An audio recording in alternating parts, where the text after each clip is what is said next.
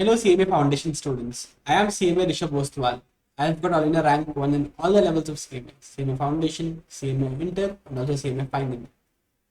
This video is about the tips and strategies for your CMA Foundation exams. How I got all in the rank 1 in CMA Foundation and what are the tips which I had actually used.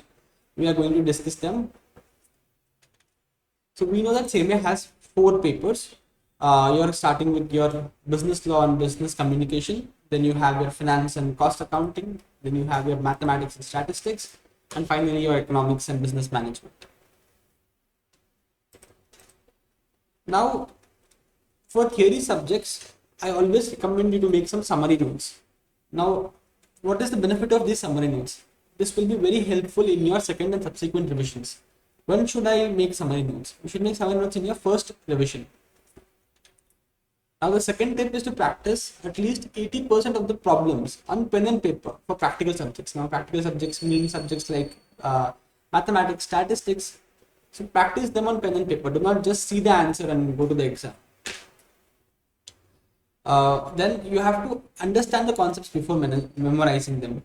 A lot of my friends directly memorize the answer without even understanding the concept. Now this will not stay in your long-term memory. You have to make it in your long-term memory. You need to first understand the concepts and then start memorizing them.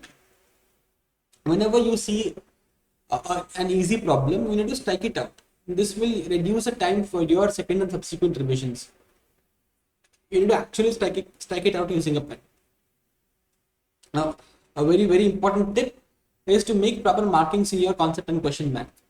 Now, what do I mean by markings? You need to make markings regarding your last day revision, regarding your categorization. Now, what is categorization? Categorization means your category A, category B, and category C questions.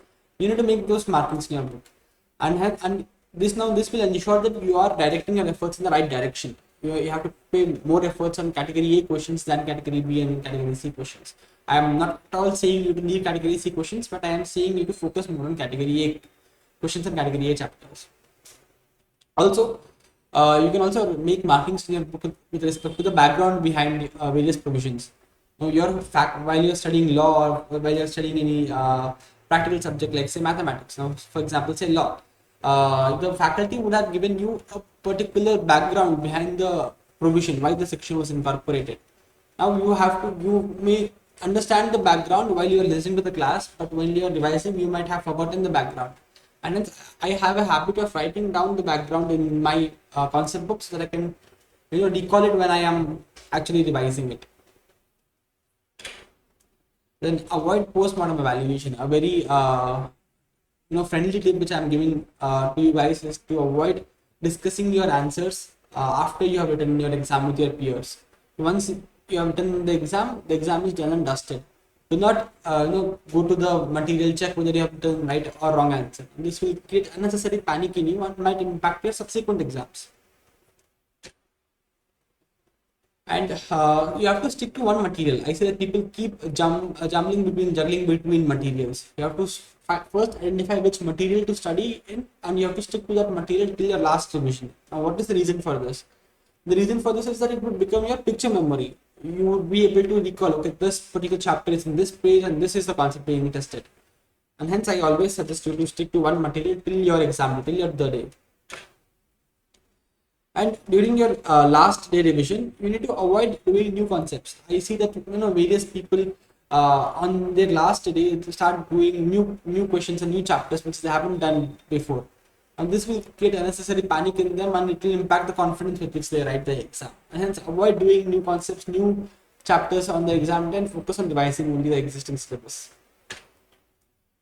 Finally, you have to give certain mock exams. You have to practice your MCQs.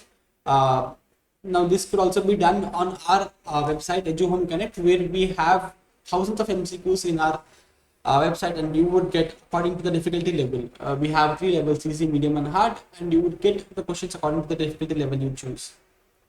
So that should be it. All the very best for your exams, and stay connected with us and follow and subscribe us on YouTube. Thank you so much.